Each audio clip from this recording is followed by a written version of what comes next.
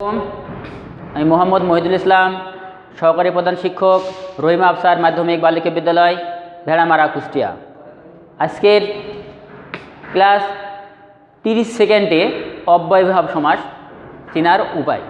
আমি অব্যয়ভাব সমাস আলোচনা করব, মানে সমাসবদ্ধ শব্দ, মূল শব্দ দেখেই আমরা 30 সেকেন্ডের ভিতরেই বুঝে ফেলব এটা অব্যয়ভাব সমাস। এটা আমাদের সহজভাবে আমরা চিনতে পারবো। আমরা অনেকেই বইয়ে বিভিন্ন রকমের সংজ্ঞা আছে, মুখস্থ করা লাগে, আমরা পরীক্ষায় বা চাকরি পরীক্ষায় আমরা আয়ত্ত করতে পারি না। আজকে আমরা সহজেই আয়ত্ত করতে পারবো, 30 সেকেন্ড সময় লাগবে। দেখো বন্ধুরা, কোনো শব্দের শুরুতে, দেখো কোনো শব্দের শুরুতে সমাস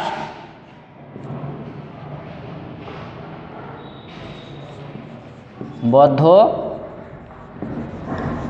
শব্দের শুরুতে যদি সমাসবদ্ধ শুরুতে যদি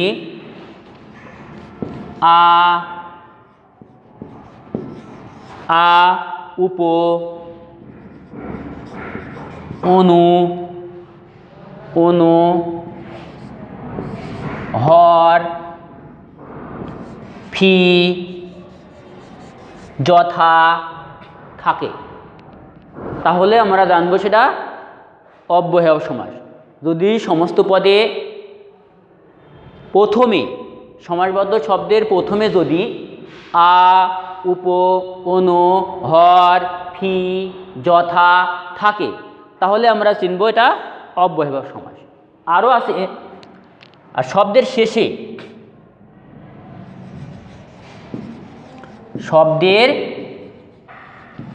শেষে যদি টে থাকে, যদি শব্দের শেষে টে থাকে তাহলে সেটা অব্যয়ভাব সমাস। আর আরেকটা আছে অভাব অর্থেও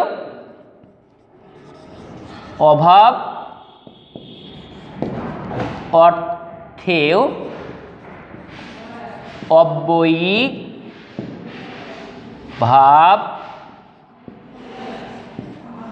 সমাস হয়।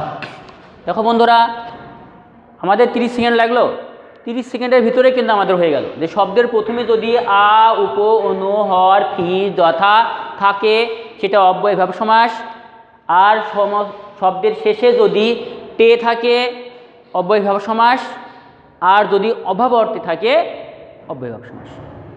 প্রিয় শিক্ষার্থীরা, আমার মনে হয় প্রায় তোমরা সবাই বুঝে গেছো। তাহলে এবার যদি পরীক্ষায় আসে প্রথমে যদি এমন থাকে বা শেষে যদি টে থাকে, তাহলে আমরা জানবো এটা অব্যয়ভাব সমাস। তাহলে কি 30 সেকেন্ড লাগলো বলো? তাহলে 30 সেকেন্ডের ভিতরেই আমরা অব্যয়ভাব সমাস শিখে গেলাম। আবার বলি, দেখো শব্দের প্রথমে কি আ উপ অনু হর ফি যথা থাকলে অব্যয়ভাব সমাস হয়, শব্দের শেষে টে থাকলে অব্যয়ভাব সমাস হয়, এবং অভাব অর্থেও অব্যয় সমাস হয়। এবার আমরা দেখো আমরা চিনে গেলাম। এখন আমাদের যারা একটু ভালোভাবে আরও পরিষ্কার বুঝতে চাই, আমরা চিনে গেলাম, পরীক্ষা আমরা পারবো, তারপরেও যারা আরও সহজভাবে বুঝতে চাই এবার ব্যাস বাক্য কী হবে, এই ব্যাস বাক্য আমরা সংক্ষেপে এবার একটু আলোচনা করি।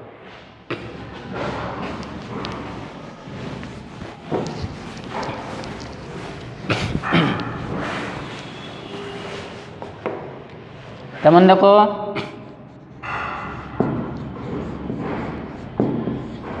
ঘোলাটে মানে শব্দের শেষে টে আছে, ঘোলাটে, টামাটে,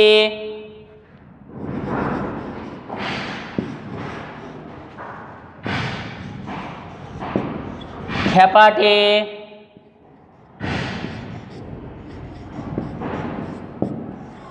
পাগলাটে, বকাটে, বখাটে,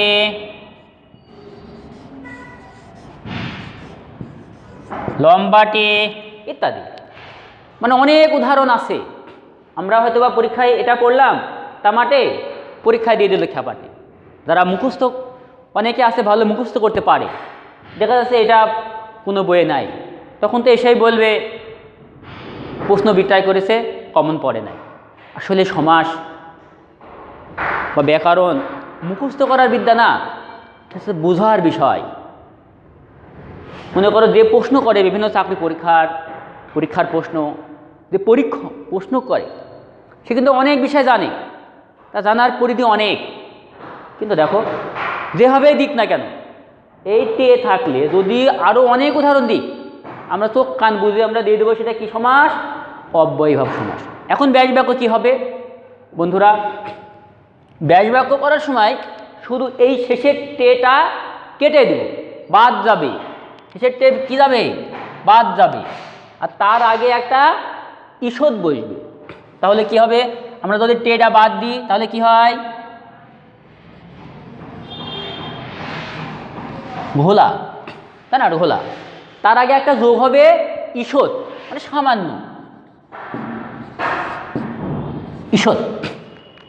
তাহলে ঘোলাটে কি হলো? ঈষৎ ঘোলা। তামাটে কি হবে? টে বাদ, ঈষৎ ঈষৎ তামা। খ্যাপাটে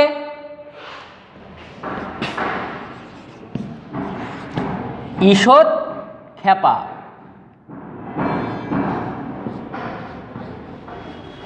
পাগলাটে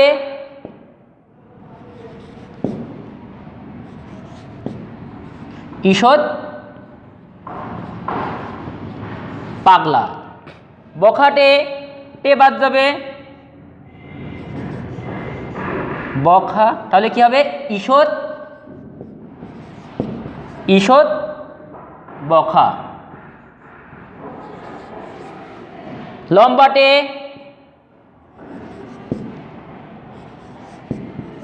ঈষৎ। প্রিয় শিক্ষার্থী, নিশ্চয় তোমরা বিষয়টা বুঝতে পেরেছো যে আমরা সহজেই জানলাম যদি শব্দের শেষে টে থাকে সেই টেটা উঠে যাবে,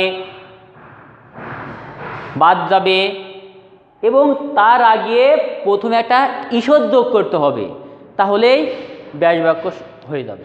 তাহলে ঘোলাটে ঈষৎ ঘোলা, তামাটে ঈষৎ তামা, হ্যাঁ, খ্যাপাটে ঈষৎ খ্যাপা, বকাটে ঈষৎ বকা, পাগলাটে ঈষৎ পাগলা, লম্বাটে ঈষৎ লম্বা।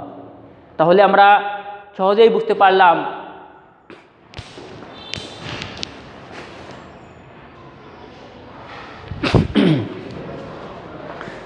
একটি খেয়াল করো সবাই, যদি শব্দের প্রথমে ফি থাকে তাহলে সেটা অব্যয়ীভাব সমাস। আমরা ফি দেখে চিনে গেলাম। এইবার যদি শব্দের ফি থাকে তাহলে সে কি হবে? ব্যাস বাক্য করার সময় এই ফিটা বাদ যাবে, পরের শব্দটা দুইবার হবে। যদি শব্দের প্রথমে ফি থাকে তাহলে সেটা অব্যয়ীভাব সমাস। ব্যাস বাক্য করার সময় এই ফিটা বাদ যাবে বা উঠে যাবে, পরবর্তী শব্দ দুইবার হবে। তাহলে ফি সন ফি বাদ, তাহলে কি হবে? শন শন বা শনে শনে। শন মানে শাল, শাল। হপ্তা, হপ্তা মানে কি? সপ্তাহ। তাহলে ফিটা বাদ যাবে, হপ্তা হপ্তা হপ্তা। তাহলে ফিরোজ। তোমরা দেখো সবাই তোমরা জেনে গিয়েছো, তাহলে কি হবে? ফিটা বাদ যাবে, রোজ রোজ রোজ। ফিরোজ রোজ রোজ। তাহলে ফি দিন কি হবে? ফিটা বাদ যাবে, পরবর্তী শব্দ দুইবার।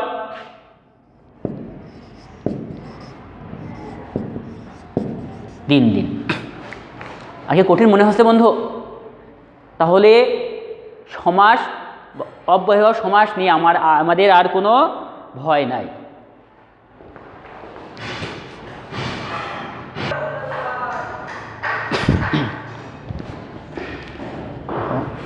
বন্ধুরা দেখো, সমস্ত পদের প্রথমে হর থাকে তাহলে হরটা বাদ যাবে এবং পরের শব্দ দুইবার হবে।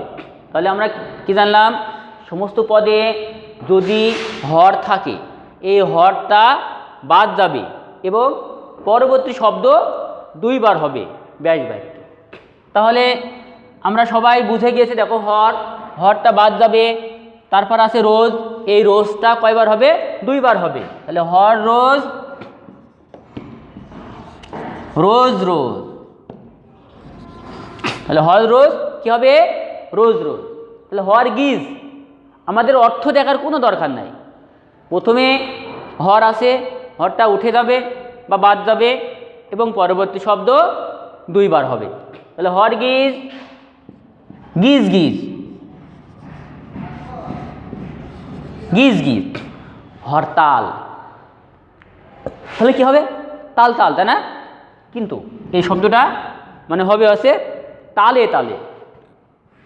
একই ব্যাপার, একটু মানে ছন্দ মিলের জন্য আর কি, মিলের জন্যে তালে তালে। হরতাল তো আমরা সবাই জানি, যখন হরতাল হয় তখন কি হয়, আমাদের মানে কাজের কোনো তাল থাকে না, সে তালটা আমাদের হারিয়ে যায়, সেজন্যেই হরতাল, তালে তালে।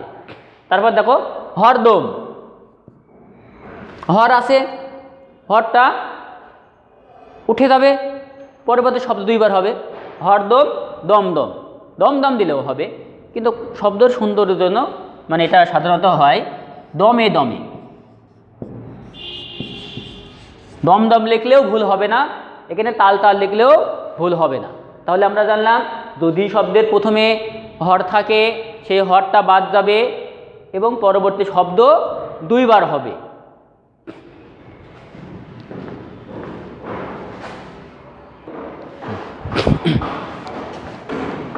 সবাই খেয়াল করো যে শব্দের প্রথমে, সমাসবদ্ধ শব্দের প্রথমে যদি আ থাকে তাহলে আমরা জানবো সেটা অব্যয়ভাব সমাস, চিনে গেলাম।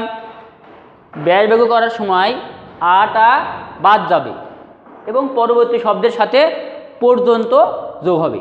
তাহলে এখানে আকণ্ঠ আছে, আমরা যদি আ বাদ দিই তাহলে থাকে কি, কণ্ঠ। তাহলে এর সঙ্গে কণ্ঠ সঙ্গে পর্যন্ত যোগ হবে, তাহলে কি হবে, কণ্ঠ পর্যন্ত, কণ্ঠ পর্যন্ত। তাহলে আমরা এটা সবাই পারবো, দেখো সবাই আমরা বুঝতে পেরেছি। আমূল শব্দের প্রথমে আ আছে, আটা উঠে যাবে, উঠে গেলে কি থাকে, মূল, এই মূলের পরে পর্যন্ত যোগ হবে। তাহলে আমূল, মূল পর্যন্ত, মূল পর্যন্ত। তাহলে আমৃত্যু, তাহলে প্রথমে আ বাদ, মৃত্যুর পরে কি হবে, পর্যন্ত, তাহলে আমৃত্যু, মৃত্যু পর্যন্ত। এবার দেখো তাহলে আমরণ, তাহলে আ বাদ যায়, কি থাকে, মরণ, তাহলে মরণ পর্যন্ত, আমরণ, মরণ পর্যন্ত। আবর্ণ, তাহলে আটা উঠে যাবে, বর্ণের পরে পর্যন্ত, বর্ণ পর্যন্ত। তাহলে আমরা আরেকটা সহজ নিয়ম জানলাম যে শব্দের প্রথমে যদি আ থাকে সেটা অব্যয়ভাব সমাস হবে, ব্যয়বর্গ করার সময় আটা উঠে যাবে, পরবর্তী শব্দের পরে পর্যন্ত যোগ হবে।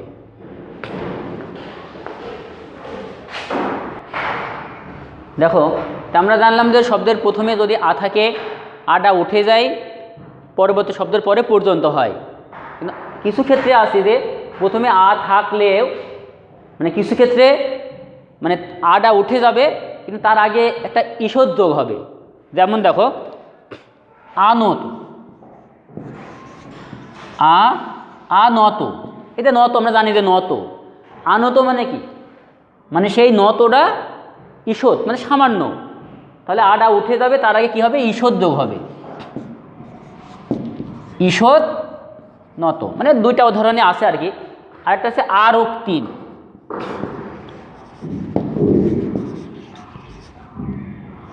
রক্তিম, তাহলে রক্তিম আছে, তাহলে রক্তিমটা কেমন? ঈষৎ মানে সামান্য, ঈষৎ ঈষৎ রক্তিম, রক্তিম। আরও আছে যে আমরা জানি যে অব্যয়ভাব সমাস শব্দের প্রথমে যে কয়েকটা চিহ্ন আমরা বলেছি এগুলি থাকলে অব্যয়ভাব সমাস হয়। তাছাড়াও যদি অভাব অর্থ বোঝায়, অভাব অর্থ বোঝালেও সেটা কি হয়? অব্যয়ভাব সমাস হয়। যেমন যদি লেখা বলা হয় আলুনি, আলুনি, আলুনি মানে কি? মানে এটা দেখো এখানে তো আছে, তাহলে এখানে কি ঈষৎ হবে না পরবর্তী শব্দ দুইবার হবে? তা হবে না। আলুনি মানে এটা আছে অভাব অর্থে হবে, নুনের অভাব, নুনের অভাব, অভাব। তাহলে আমরা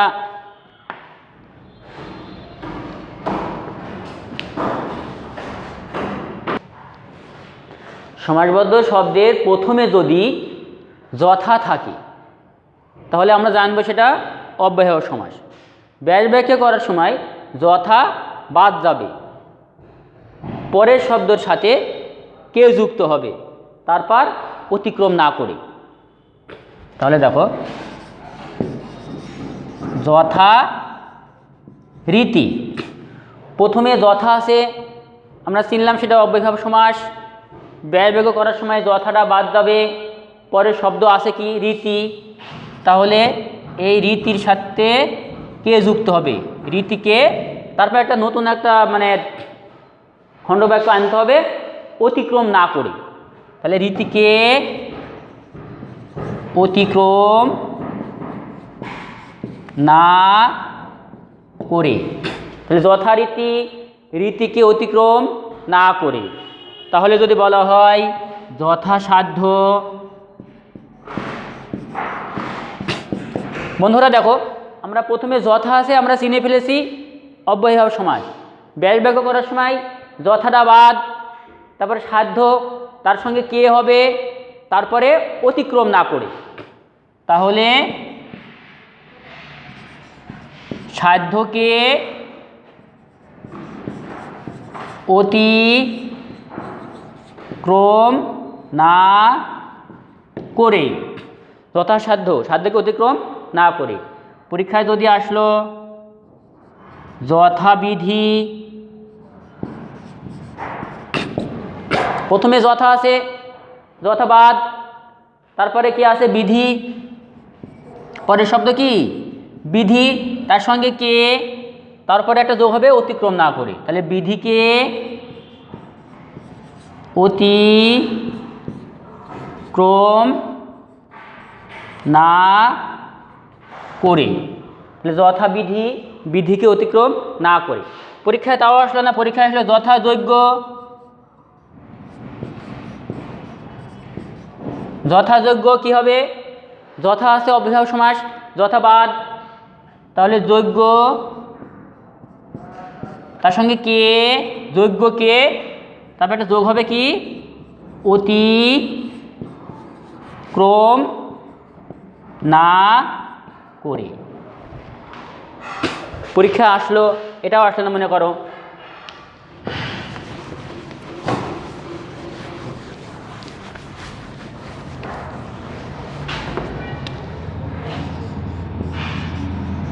যথা শিক্ষা, তাহলে কি হবে? যথা আছে অব্যয়ভাব সমাস, যথাবাদ, শিক্ষা, তার সঙ্গে কে, শিক্ষাকে অতিক্রম না করে। তাহলে যথা শিক্ষা, শিক্ষাকে অতিক্রম না করে। পরীক্ষায় আবার আসতে পারে যথা শাস্ত্র, যথাশাস্ত্র, তাহলে যথাবাদ,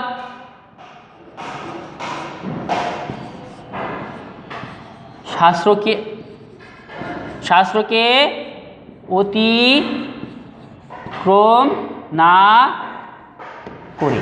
প্রিয় শিক্ষার্থী বন্ধু, আমরা সবাই জানলাম শব্দের প্রথমে যদি যথা থাকে তাহলে সেটা অব্যয়ভাব সমাস। ব্যাস বাক্য করার সময় যথা উঠে যাবে, পরবর্তী শব্দের সাথে কে যুক্ত হবে, তারপরে অতিক্রম না করে যোগ করতে হবে। তাহলে যথাশিক্ষা, শিক্ষাকে অতিক্রম না করে, যথাশাস্ত্র, শাস্ত্রকে অতিক্রম না করে। তাহলে আমরা সবাই বুঝতে পেরেছি অব্যয় সমাস। আরও আমাদের কিছু অংশ থাকলো আর কি, আমরা পরবর্তী ক্লাসে এই অব্যয় সমাসের শেষের অংশটুকু আলোচনা করব। প্রিয় শিক্ষার্থী, আল্লাহ হাফেজ।